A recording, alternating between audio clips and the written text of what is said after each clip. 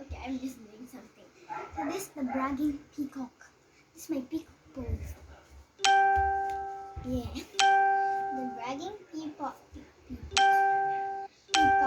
from among the meadow, from among the farmyard people by Clara Dillingham Pearson. Great, okay. So the farmyard people will never forget the peacock, or when he arrived, or the time when the first day that they spent with him, he spent with them there. And okay. He arrived in the night, so every fowl was kind of sleeping, and the people like the insects, who like the animals that slept on the ground just slept on the ground, in the pasture. Pasture. Yeah, pasture. Okay. So it was not till the morning that they actually saw this peacock. He was just there, walking, strutting beautifully, with his head up, nice. Okay, this is my peacock pose. Okay, this is much better. So, um, so, so when the fowls saw them, they just stared and stared and stared and stared. In awe, they were surprised to see the bluish greenish creature there. Some thought that the fowls that were staring were still asleep, so they didn't really want to wake them up, so they didn't really move too much.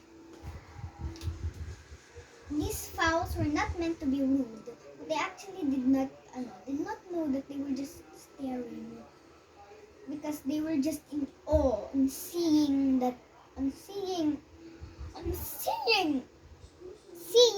this how do you say this? Okay, on seeing this how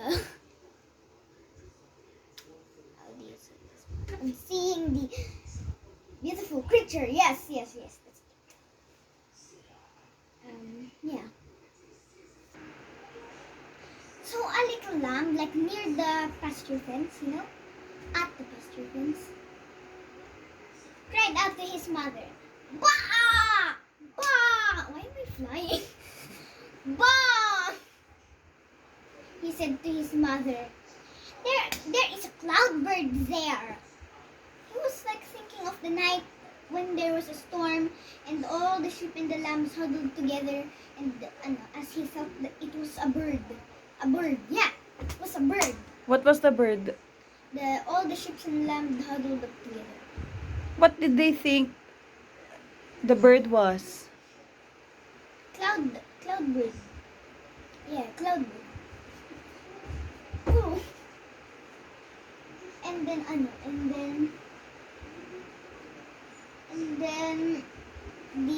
the peacock, who understood the sheep language very well, said, "Ba, paon, paon. I am no cloud bird. I am a peacock." And he said this in a haughty way, like in a great grand way, as if peacocks were the most important thing in the world, Turkey gobbler, who didn't like animals speaking like this around him, then when he stood straight, he puffed his chest. He put out his skin muscles, which made his hair kind of stand out, and he also flared his tail, Yeah. And he said, "I am no peacock. I am a turkey gobbler. The hen turkeys looked at each other and they said, "Oh, now he will see that turkeys are much important." Then the baby turkey said, "Now he will wish that he hadn't put on ears." But the peacock did not wish that. So he just stood still. Still, as in still. And everyone was trying to think what he was thinking. Then, a duckling said, "Oh, look at his train! Look at his train!" And it was like his back feathers, the one that has the circle like that. The back. And they were just rising up. They rose up. And everyone was again amazed. And then the peacock said, "Bon! I am no turkey gobbler. I am a peacock." Yeah. Okay. So the turkey gobbler turned to the hens. The turkey hens. Hen turkeys. My dears, I think it is time for us to walk alone. I don't want any. I don't want our little turkey babies to go and talk or see anything of this terrible found. And they walked off with their children following them. But the children really did want to stay, and they really thought that the ducklings and the goslings were very, very lucky.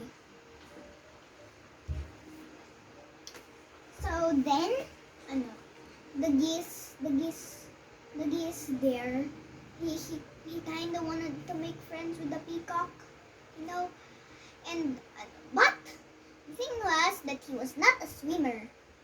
He didn't have the boat-shaped body as a swimmer, and his feet weren't webbed. Who is not a swimmer? The geese. The geese. Okay. His feet weren't webbed. Okay. Oh wait, no, the peacock. The feet, and their feet wasn't webbed, and Anong there? well, His. his feet weren't webbed. Okay. Webbed. The peacock. Yeah. And it kind of had the circle feathers. But the gander who noticed that the peacock had remarkably homely feet. He wanted to remember this and tell it to the peacock when they were praising the peacock for its beautiful feathers. The drake was the first one to speak nicely to the peacock. "Hello, I welcome you here to our home. Are you going to be staying with us for long?" Then the peacock answered, "Thank you. And yes,